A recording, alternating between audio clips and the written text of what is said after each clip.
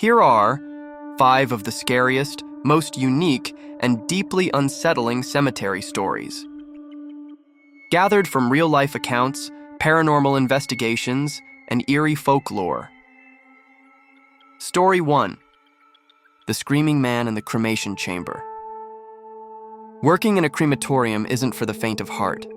The quiet halls, the solemn atmosphere, and the constant reminder of mortality become a part of your daily routine. But nothing could have prepared me for what happened that cold November evening.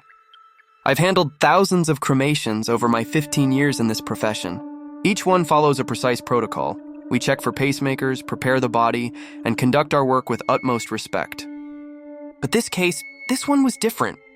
The man weighed 375 pounds, one of our larger cases. We had done all the necessary preparations, double-checked everything as usual. The chamber was ready, the temperature set. It should have been just another routine cremation. I still remember the moment I pressed the start button. The familiar hum of the retort filled the room. But what happened next? I can barely bring myself to describe it. Within seconds, something impossible began to unfold before my eyes.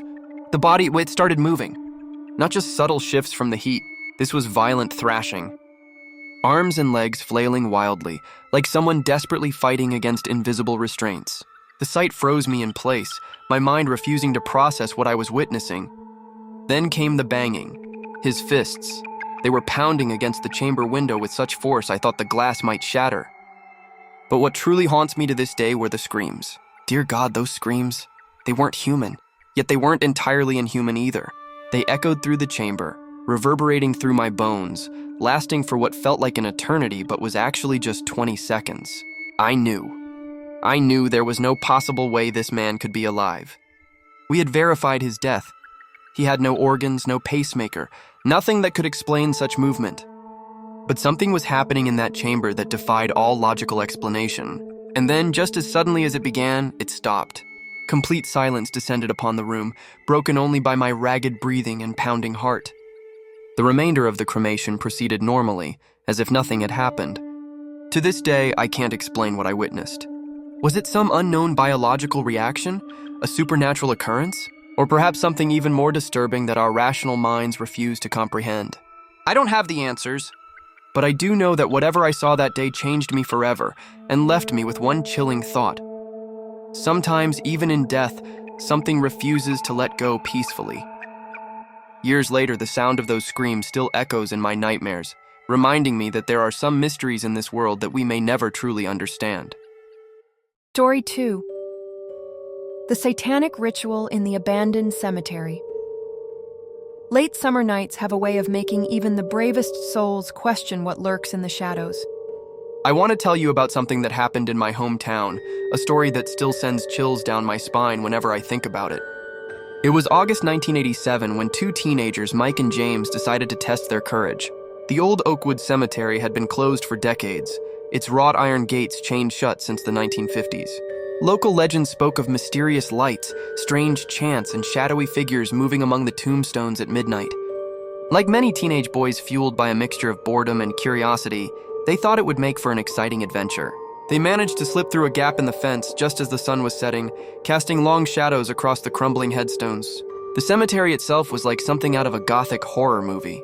Overgrown vegetation had claimed most of the paths, and thick ivy crawled up the walls of the old groundskeeper's building that stood at its center. But it was what they found inside that building that would haunt them forever. The door creaked open with an unsettling ease.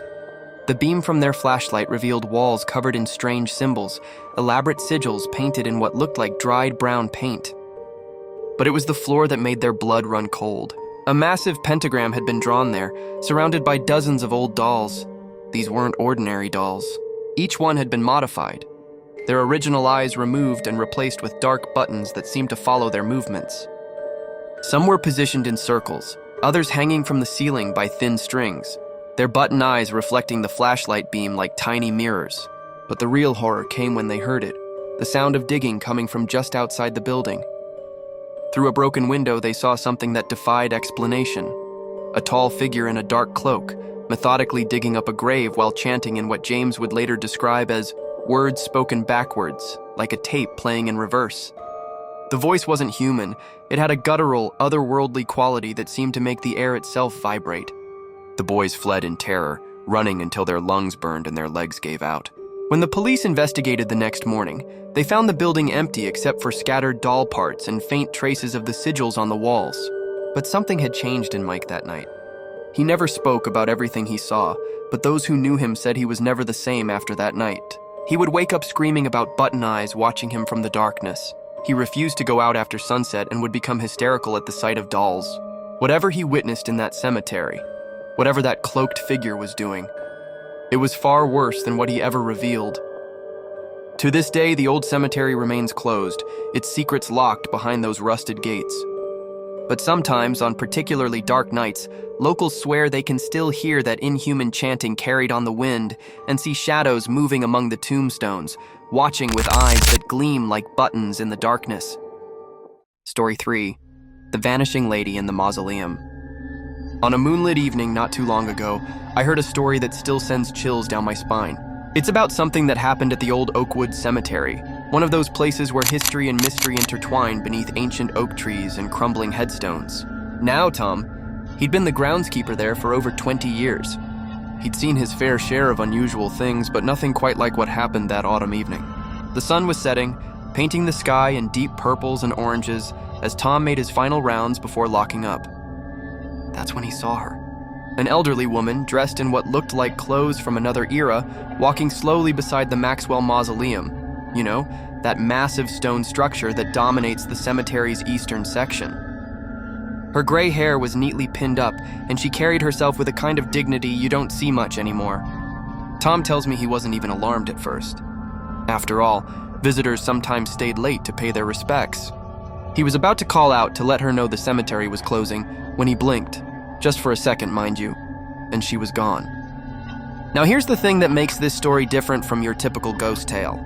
The area around the mausoleum is completely open. There's nowhere to hide, no trees, no bushes, nothing but flat ground for at least 50 yards in every direction.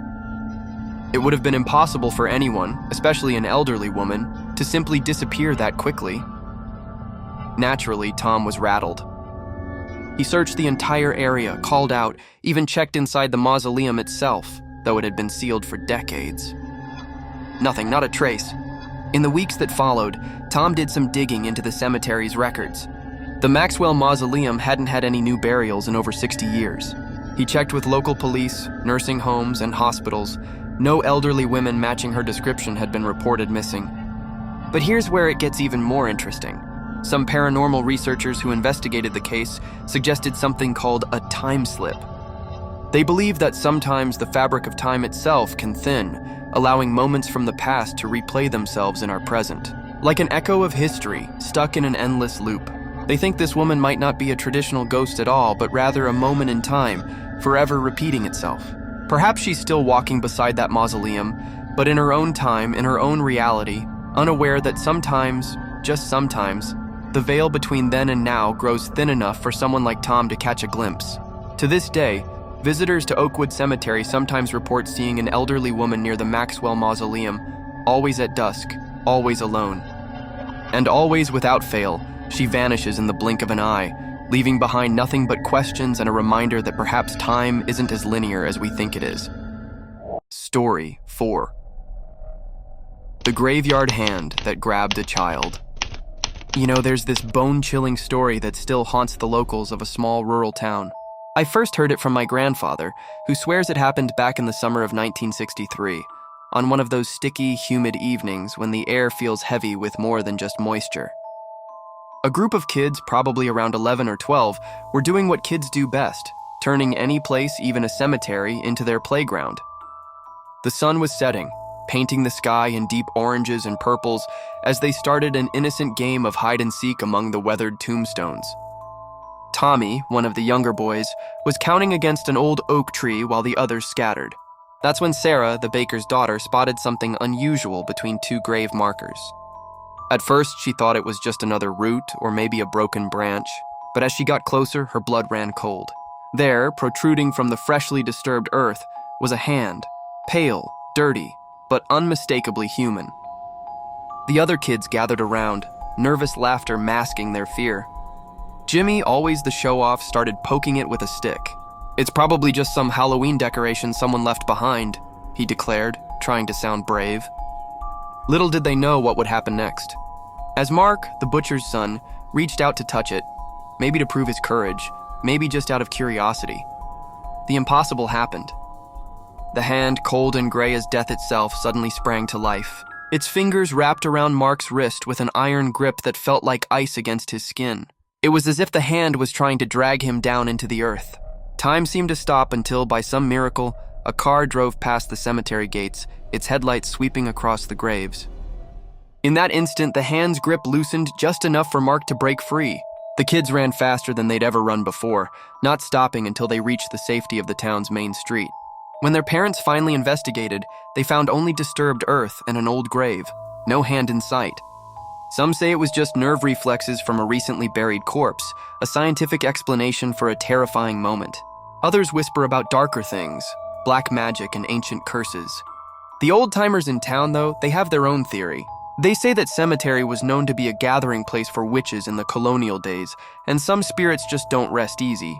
To this day, those kids, now grown with children of their own, won't go near that cemetery after dark.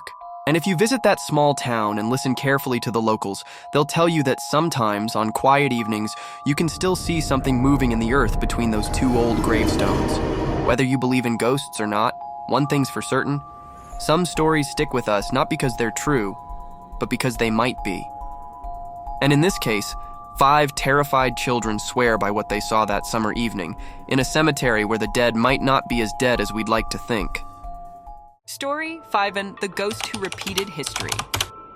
Have you ever experienced déjà vu? That strange feeling that you've lived through a moment before? Well, I'm about to share a story that goes beyond simple déjà vu, a tale that sends chills down my spine every time I think about it. It began in the 1980s at Pine Grove Cemetery, where a groundskeeper named Dave was going about his usual duties. It was a particularly somber day, the burial of a child, which is always the hardest part of cemetery work. The air was heavy, the sky overcast, and Dave's hands trembled slightly as he handled the vault cover. Then it happened. In a moment that would haunt him for the rest of his life, Dave's grip slipped. The heavy vault cover crashed down, striking the small casket below. The crack that followed seemed to echo through the entire cemetery. Dave stood there mortified as families gasped and the funeral director rushed forward. But before anyone could react further, a stranger appeared beside Dave. He wore a crisp blue suit and had a peculiarly calming presence. The man placed a gentle hand on Dave's shoulder and whispered, "You're not the first to do this." Those words, though meant to comfort, would later take on a much darker meaning. Years passed, and Dave continued his work at the cemetery until his own time came. On the day of Dave's funeral, something extraordinary happened, something that defies explanation and makes you question reality itself. A cemetery worker was preparing Dave's final resting place. The same overcast sky hung above, the same heavy air surrounded the grounds. And then, in a moment that seemed pulled from the past, this worker dropped the vault cover, cracking Dave's casket. Stunned by his mistake, the worker stepped back. That's when the chilling realization hit him. He was wearing a blue suit. He was standing under the same old oak tree. And there, just a few plots away, he spotted it, the child's grave from all those years ago. But here's where the story takes an even darker turn. When the worker later checked the cemetery records, trying to make sense of this impossible coincidence, he discovered something that made his blood run cold. The plot where he'd found the child's grave? It had never been sold. No one had ever purchased it. Sometimes history doesn't just repeat itself. Sometimes it twists and turns until we can't tell where the past ends and the present begins. And sometimes, just sometimes, those who comfort us in our moments of mistake might not be quite as real as we think they are. Next time you're walking through a cemetery and spot someone in a blue suit, you might want to take a closer look. Are they really there to comfort the living, or are they something else entirely? Perhaps a ghost, doomed to repeat history in an endless cycle of cosmic irony.